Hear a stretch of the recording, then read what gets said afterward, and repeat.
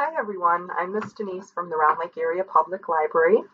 I wanted to share with you today an easy and fun craft that I made using CreativeBug.com, which is one of the free online resources that is available to use and is listed on the library's website.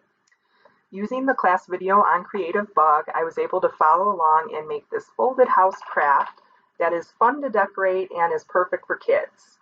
All what is needed is a piece of paper, some markers, and some crayons. Get crafty, and we would love to see pictures of your decorated houses below.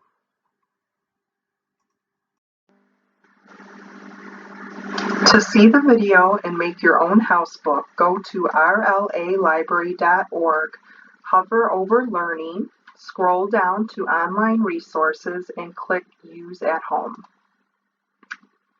From there, we're going to scroll down and click on the CreativeBug link.